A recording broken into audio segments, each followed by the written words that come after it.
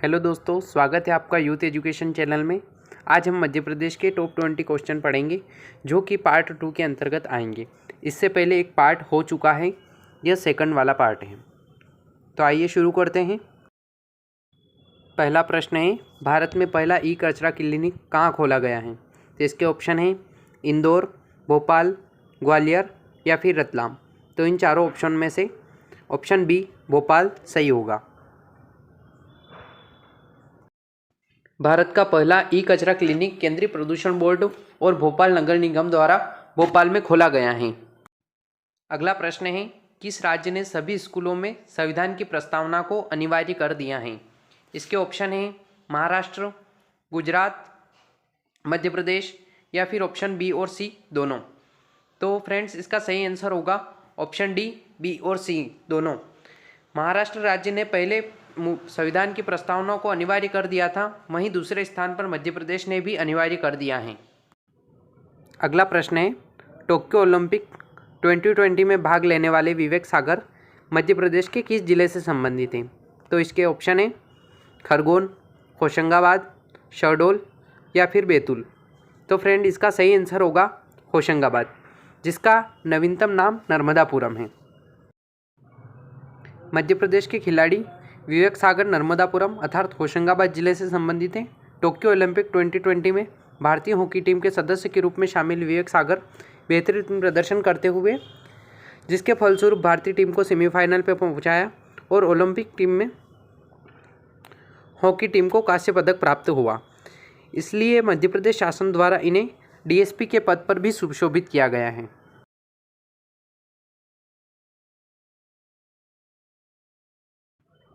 अगला प्रश्न है, मध्य प्रदेश के खिलाड़ी ऐश्वर्य प्रताप सिंह किस खेल से संबंधित हैं?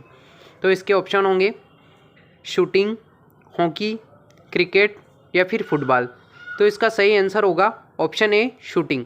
मध्य प्रदेश के खिलाड़ी ऐश्वर्य प्रताप सिंह जिन्होंने टोक्यो ओलंपिक 2020 में भी भाग लिया था। अगला प्रश्न है, भारत की वन भूमि का लगभग कितने प्रतिशत मध्य प्रदेश में है? तो इसके ऑप्शन होंगे 11.8%, ऑप्शन बी 12.8%, ऑप्शन सी 10.8% या फिर ऑप्शन सी 9.8%। तो फ्रेंड, इसका सही आंसर होगा ऑप्शन सी 10.8%। अगला प्रश्न है, मध्य प्रदेश में सबसे कम वन क्षेत्र वाला जिला कौन सा है? तो इसके ऑप्शन है शाजापुर, उज्जैन, रतलाम या फिर राजगढ़। तो इसका सही आंसर होगा ऑप्शन बी, उज्जैन। भारतीय वन सर्वेक्षण रिपोर्ट 2021 के अनुसार मध्य प्रदेश में सबसे कम वन क्षेत्रफल वाला जिला उज्जैन जिला है। अगला प्रश्न है, वर्ष 2020 का शरद जोशी सम्मान किसे दिया गया? इसके ऑप्शन है Vijay Manohar Tiwari, option B Kailash Mandalkar, option C Ravish Kumar या फिर ऑप्शन डी यशवंत व्यास। तो इसका सही आंसर होगा ऑप्शन बी, कैलाश मंडलकर। यह जो है एक प्रसिद्ध व्यंग्यकार हैं। अगला प्रश्न है, वर्ष 2020 का राष्ट्रीय कबीर सम्मान किसे दिया गया? इसके ऑप्शन है Shri Manoj Shrivastava, option B doctor Vinayak Rajaram, option C Golti Vekanna या फिर ऑप्शन डी नरेश सक्सेना। तो फ्रेंड, इसका सही आंसर होगा डॉक्टर विनय राजाराम द्वारा साहित्य और सांस्कृतिक कला में उत्कृष्ट प्रदर्शन के लिए यह पुरस्कार प्रदान किया जाता है। अगला प्रश्न है, 2020 का हिंदी साहित्य का शिखर सम्मान किसे प्रदान किया गया? इसके ऑप्शन हैं देवी शरण, शेवाल सत्यार्थी, मनीष पुष्कले या फिर हरि जोशी। तो फ्रेंड, इसका सही आंसर होगा हरि जोशी। 2020 का हिंदी साहित्य का शिखर सम्मान हरि जोशी जी को, जो कि भोपाल से निवास करते हैं, इन्हें प्रदान किया गया। वहीं 2019 का हिंदी साहित्य का शिखर सम्मान शेवाल सत्यार्थी को प्रदान किया गया था। अगला प्रश्न है, एशिया की प्रथम महिला ट्रक ड्राइवर पार्वती आर्य मध्य प्रदेश के किस जिले से संबंधित हैं? इसके ऑप्शन हैं नीमच, रतलाम, धार या फिर ऑप्शन डी मंदसौर। तो फ्रेंड, इसका सही आंसर होगा ऑप्शन डी, मंदसौर। एशिया की प्रथम महिला truck driver Parvati are Madhya Pradesh के मंदसौर से संबंधित हैं।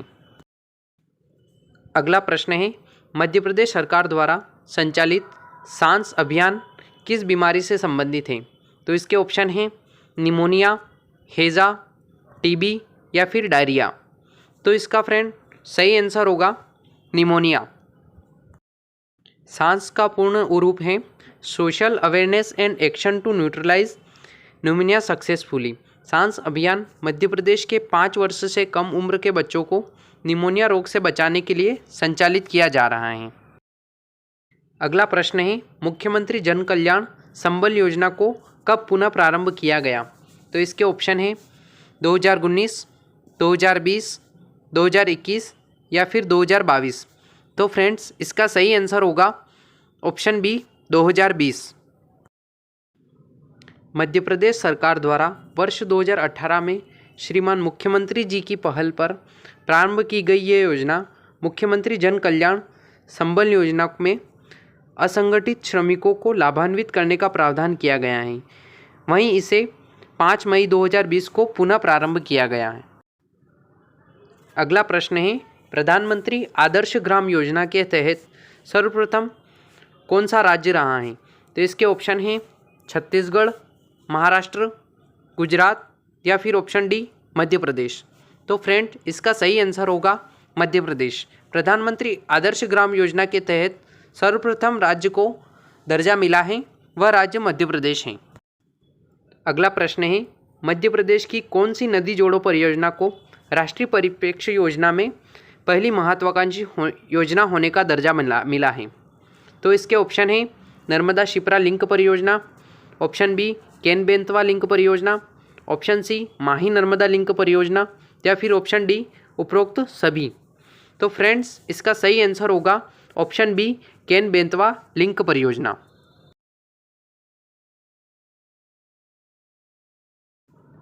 अगला प्रश्न है, एक जिला एक उत्पाद योजना के तहत नीमच जिले को किस फसल के लिए चुना गया है? इसके ऑप्शन हैं धनिया और अश्वगंधा, ऑप्शन बी अफीम और संतरा, ऑप्शन सी हल्दी और टमाटर, ऑप्शन डी धनिया और संतरा। तो फ्रेंड इसका सही आंसर होगा धनिया और अश्वगंधा। अगला प्रश्न है, पुस्तक 1857 की क्रांति और नीमच किसके द्वारा लिखी गई? तो इसके ऑप्शन हैं Danta Murali Krishna, option B doctor Suresh Saktawat, option C Shri Aditya Shrivastava या फिर ऑप्शन डी रघुनंदन शर्मा। तो फ्रेंड इसका सही आंसर होगा डॉक्टर सुरेश सक्तावत। अगला प्रश्न है, निमाड़ उत्सव कहाँ मनाया जाता है? इसके ऑप्शन हैं खंडवा, महेश्वर, ओंकारेश्वर या फिर हाटपिपलिया। तो फ्रेंड इसका सही आंसर होगा महेश्वर। खरगोन के महेश्वर में निमाड़ उत्सव आयोजित किया जाता है। अगला प्रश्न है, निर्डारणी महोत्सव कहाँ मनाया जाता है? इसके ऑप्शन हैं खंडवा, खरगोन, धार, अलीराजपुर। तो इसका सही आंसर होगा ऑप्शन ए खंडवा।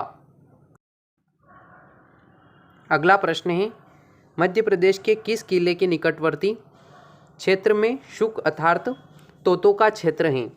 इसके ऑप्शन हैं ग्वालियर दुर्ग, गुजरी महल, गिन्नौरगढ़ का किला या फिर ऑप्शन डी रायसेन का किला। इसके ऑप्शन होगा गिन्नौरगढ़ का किला। अगला प्रश्न है, मध्य प्रदेश में नदियों के किनारे बसे नगरों से संबंधित प्रश्न का असत्य सुमेल करना है।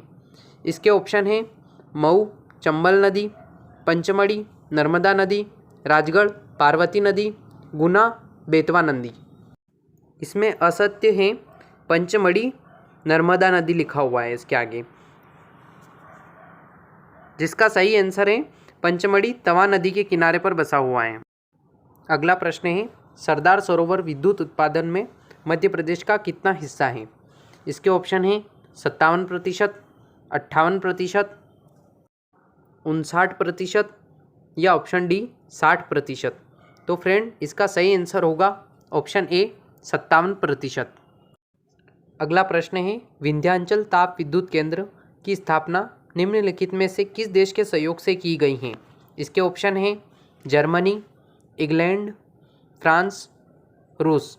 तो फ्रेंड इसका सही आंसर होगा ऑप्शन डी, रूस। तो फ्रेंड आज के लिए बस इतना ही। मिलते हैं अगले वीडियो में पार्ट 3 में।